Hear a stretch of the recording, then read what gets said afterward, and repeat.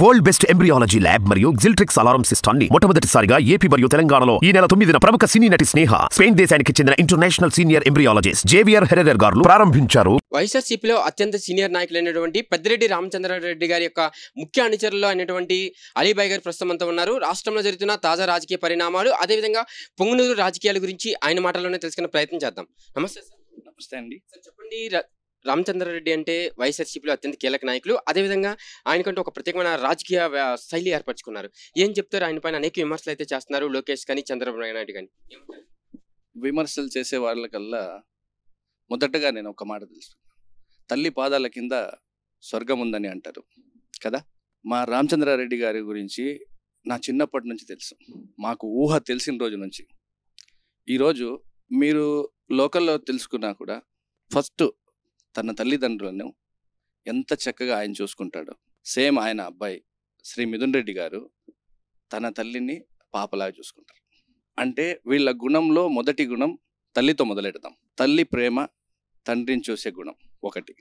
రెండవది, సేమ్ తన నియోజకవర్గంలో ప్రజలను పసిపిల్లలాగా వాళ్ళకి ఏ కష్టం వచ్చినా అర్ధరాత్రి కానీ పగలైనా కానీ సమయం సందర్భం లేకుండా 24 గంటలు రాష్ట్రంలోనే ఒక్క పైసా జనం నుండి తీసుకోకుండా, లంచం అనే మాట లేకుండా ఏదైనా నాయకుడు చేస్తున్నాడంటే అది కేవలం పెద్దిరెడ్డి గారే. మీరు ఎందరితోనైనా ఎంక్వైరీ చేసుకోండి, ఆయన కాంట్రాక్ట్లో సంపాదిస్తారా, ఆయన వ్యాపారంలో సంపాదిస్తారా, అది పక్కన పెడితే ప్రజల్లో నుంచి ఒక్క పైసా తీసుకోకుండా ఛాలెంజ్ చేసి చెప్తాను, ప్రజాసేవకుడు ఆయన. 24 గంటలు రాజకీయం చేయడంలో, ప్రజల మనసులు గుండెల్లో ఉండడంలో, చిత్తూరు జిల్లాలో ఎంతమంది ఎన్ని కుయుక్తులు పనినా ఆయన రాజకీయం స్టార్ట్ అయిన రోజుల్లో నుంచి ఈ రోజు వరకు పై చేయి ఉందంటే అదే మెయిన్. పెద్దిరెడ్డి అంటూ చంద్రబాబు నాయుడు కానీ లోకేష్ కానీ విమర్శలు గుప్పిస్తున్నారు. మొన్న పొంగునూరు ఘటన కూడా రాష్ట్ర వ్యాప్తంగా ఒక కలకలం కూడా రేపింది. ఏం చెప్తారు సార్ ఈ అంశం? ఇప్పుడు ఆయన పాపాల పెద్దిరెడ్డి అని చెప్తున్నాడే, ఆయనకే ఒక మాట చెప్తాను. హిందూ సమాజములో ప్రతి ఒక్కరూ గౌరవిస్తారు కదా తన సోదరులని. ఇప్పుడు వకుళమాత దేవాలయాన్ని కోట్లు పెట్టి ఖర్చు పెట్టాడు, ఆయనే అన్నీ కట్టించాడు. ఈయన ఇలాంటి ఎప్పుడైనా చంద్రబాబు కానీ లోకేష్ బాబు కానీ చేశారా?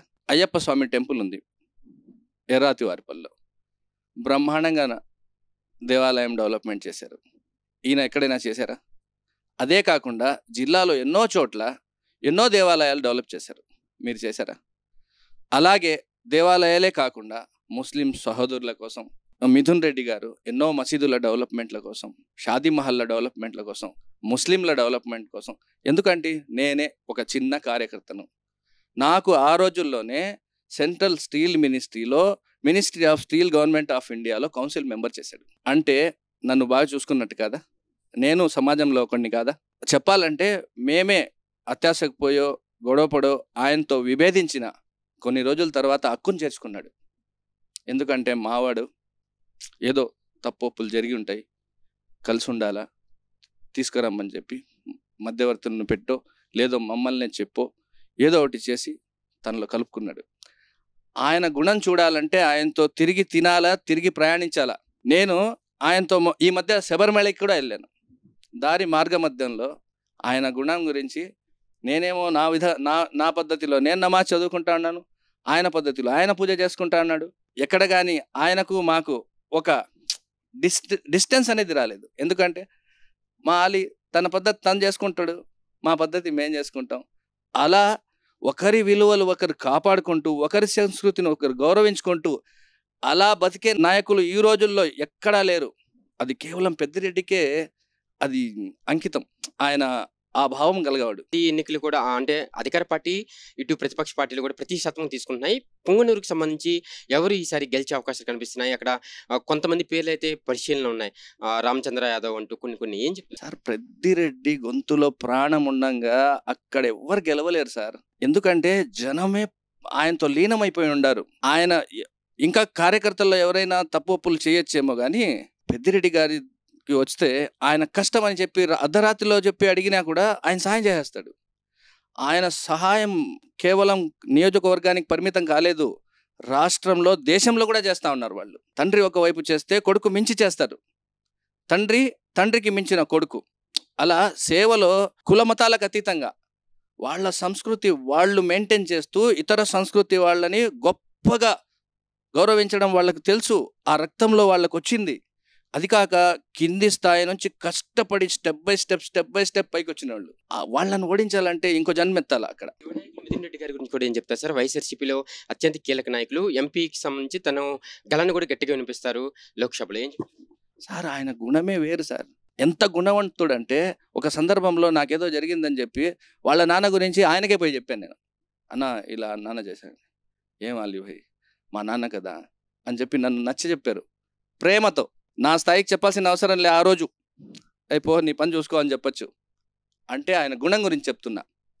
తన తండ్రి గురించి ఏదైనా పోయి చెప్తే కూడా కార్యకర్తకు మనస్సు కష్టం కాకూడదని చెప్పి ఆయన్ని నచ్చజెప్పే గుణవంతుడు ఆయన. అనుసరుడిగా ఉండడం మీరు ఎలా ఫీల్ అవుతున్నారు సార్? అంటే పెద్దిరెడ్డి ప్రౌడ్గా ఫీల్ అవుతాను, గర్వంగా. ఏదైనా తప్పులు జరిగినా కూడా అది మా వైపు నుంచే ఉంటుంది కానీ ఆయన వైపు నుంచి ఉండదని చెప్తాను నేను. పరిపాలన గురించి కూడా ఏం చెప్తారు? యువ ముఖ్యమంత్రి గారు అధికారంలోకి వచ్చి 4.5 ఏళ్ల పాలన అయింది.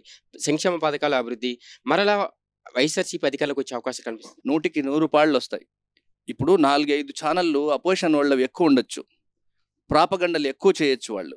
ఎంతసేపు ఒకసారి మీరు పేపర్ ఎత్తి చూస్తే రకరకాల మాటలు. పేదవాడికి దేశంలో మీరు పక్క రాష్ట్రంలో పోయి అడిగితే జగన్మోహన్ రెడ్డి ఏంది అంటే వాళ్ళు చెప్తారు అక్కడ పేదవాడికి ఏం అందుతా ఉంది, ఈ రాష్ట్రంలో పేదవాడికి ఏమేం దొరుకుతా ఉంది, పేదవాడు ఎంత హాయిగా ఉన్నాడనేది పక్క రాష్ట్రానికి వెళ్తే తెలుస్తుంది. పొరపాటుగా కూడా జగన్మోహన్ రెడ్డిని పోగొట్టుకుంటే సర్వనాశనం అయిపోతారు బీదాసాదా. కార్పొరేట్స్ ఏమో హాయిగా ఉంటారేమో కానీ బీదాసాదాకి దిక్కులేని బతుకు అయిపోతుంది.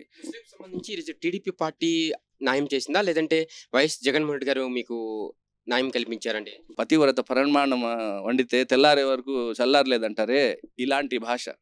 కనీసం ఆయన చంద్రబాబు నాయుడు అనే వ్యక్తి, లోకేష్ బాబు నాయుడు అనే వ్యక్తి తను పవర్లో ఉన్నప్పుడు మా కల్లూరు గ్రామానికి 10 లక్షల రూపాయలు మసీదుకి ఇస్తానని చెప్పి ఇంతవరకు ఇవ్వలే, తను మంత్రిగా ఉన్నప్పుడు.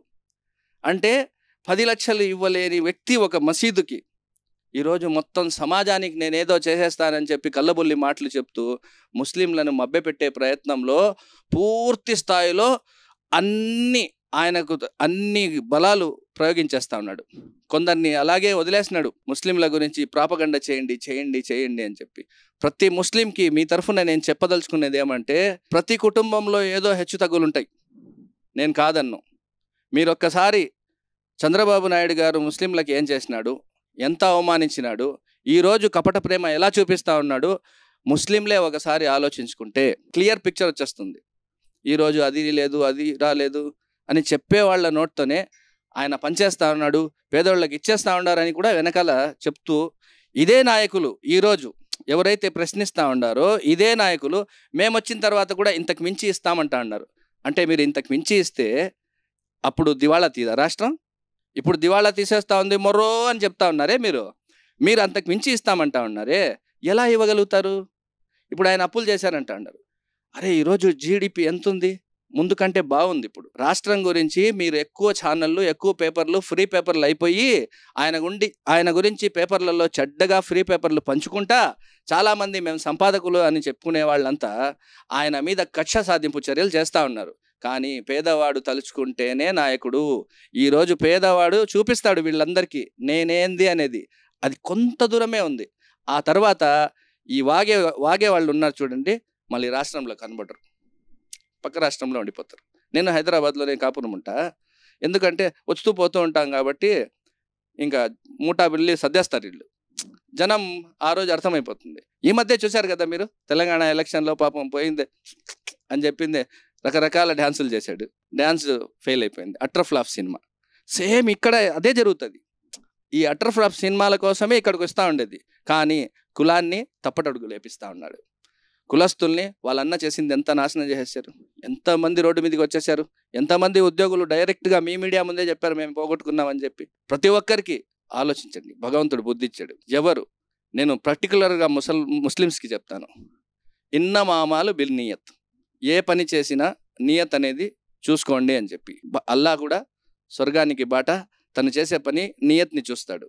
ఈరోజు నా జగన్మోహన్ రెడ్డి అనే నాయకుడి నియత్ చూడండి, నా పెద్దిరెడ్డి అనే నాయకుడి నియత్ చూడండి, ఈ మన రామచంద్రారెడ్డి అబ్బాయి తనయుడు మిథున్ రెడ్డి గారి నియత్ చూడండి. వాళ్ళు సేవకులు, నాయకుల్లాగా లేరు.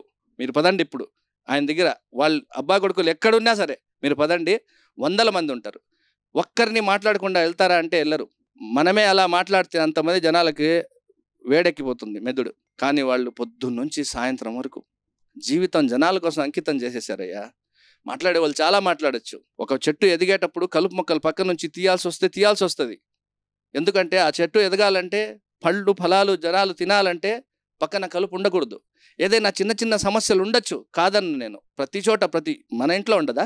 మీ ఇంట్లో ఉండదా? చెప్పేవాడి ఇంట్లో లేదా? ఎందుకు? ఈయనకు కార్యకర్తగా కూడా పనికిరాడు తెలుగుదేశం పార్టీకి లోకేష్ బాబు. నీ అబ్బా మాజీ సీఎం అని 2 సార్లు సీఎం అయ్యాడని చెప్పి ఆయన తోక చూపించే కదా నీ తోక పెరుగుతా ఉంది. లేదంటే నీకు ఏం అర్హత ఉంది? నువ్వేంది? మా ఊర్లో ఒక కార్యకర్త ఉంటాడు, చిల్లర్ అని చెప్పి. ఆయన పేరు నేను చెప్పదలుచుకో, చెడ్డగా కనిపిస్తుంది. ఆయన పార్టీ వ్యక్తే. ఆయనకున్న కమిట్మెంట్ కూడా ఈ మనిషికి లేదు. ఇలాంటోడు మీ నాయన ఉన్నాడు కాబట్టి నీకు అధికారము, డబ్బు, నువ్వు హంగామా చేస్తా ఉన్నావు. మీ నాయన లేకపోతే నీకు కుక్క పలుకుతుందా? నీ స్థాయా? ఈరోజు నువ్వు జగన్మోహన్ రెడ్డి గురించి మాట్లాడే వ్యక్తి, మా పెద్దిరెడ్డి గురించి మాట్లాడే శక్తి అనేది నువ్వు చెప్పు. రాను చూసావు కదా కుప్పంలో ఎలక్షన్ ఏమైంది? పోయింది, మొత్తం పోయింది. రాష్ట్రం మొత్తం నువ్వు పల్టీలు కొట్టు, కుప్పంలో ఈసారి గెలిచి చూపించు. మీ వల్ల కాదు, మీకే భయం ఎత్తుకునింది. పక్క నియోజకవర్గాల్లో పోయి చూసుకోవాలా. ఎందుకంటే ఈడ కార్యకర్తలు స్ట్రాంగ్గా ఉంటారు. ఏ పార్టీలో అయినా సరే, పర్టికులర్లీ వైసీపీ పార్టీలో కార్యకర్తల్లో స్పెషాలిటీ ఒకటి ఏం తెలుసా? ప్రాణం ఇచ్చేస్తారు. అపోజిషన్ వాడిని సీట్లో కూర్చోబెట్టనియరు. వాళ్ళకి అన్యాయం జరిగినా నేను మధ్యలో అలిగి అక్కడ పోయి ఇక్కడ వచ్చాను, స్వాగతించారు. ఏమంటే వాళ్ళ పార్టీ స్ట్రాంగ్ చేసుకోవాలనే ఒక దృఢ సంకల్పం. మా మాట ఈరోజు ఎందుకు వింటారంటే, ఇప్పుడు మీరు రిలే చేసిన తర్వాత కూడా మాకు ఒక పార్టీకి మనోడు ఉండాలా అని చెప్పి, అది కార్యకర్తలు నష్టపోయి కూడా, కార్యకర్తలు కష్టం ఉన్నా కూడా ప్రాణం పోయినా చంద్రబాబు సీట్లో చూడలేరు. వైసీపీ కార్యకర్తలు చూడరు. ఇంకా రాడు. ఆయన జీవితంలో ఆయన సీఎం కాలేడు.